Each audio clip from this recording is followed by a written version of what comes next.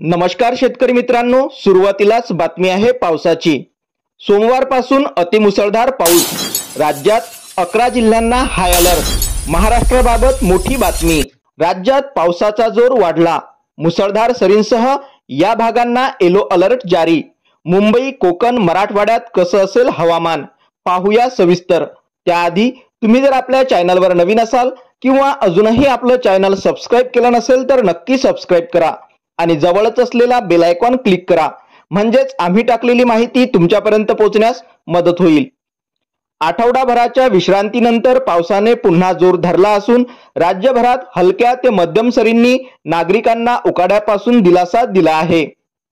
आज 10 ऑगस्ट पहाटेपासून मुंबईसह अनेक भागात पाऊस कोसळणार आहे। भारतीय हवामान खात्याने म्हणजेच IMD ने मराठवाडा, विदर्भ आणि कोकणसाठी येलो अलर्ट जारी केला आहे। मेघगर्जनेसह मुसळधार पावसाचा अंदाज वर्तवला आहे। हवामान खात्याच्या माहितीनुसार फिरोजपूर ते ईशान्य बंगालच्या उपसागरापर्यंत मान्सूनचा कमी दाबाचा पट्टा सक्रिय झाला आहे।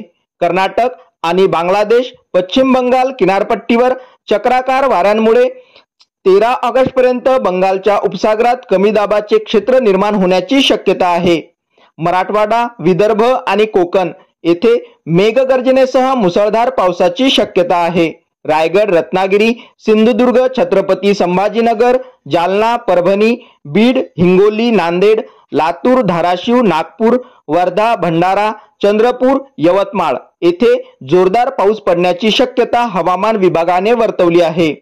तसेच मुंबई आणि ठाणे परिसरात ढगाळ आणि दमट वातावरणासह हलक्या ते मध्यम सरी, तर दुपारनंतर किंवा संध्याकाळी पावसाचा जोर वाढू शकतो। मरीन ड्राईव्ह, कुलाबा, दादर, सायन, अंधेरी, कुर्ला, घाटकोपर, चेंबूर, भांडूप येथे पावसाचा प्रभाव जाणवेल।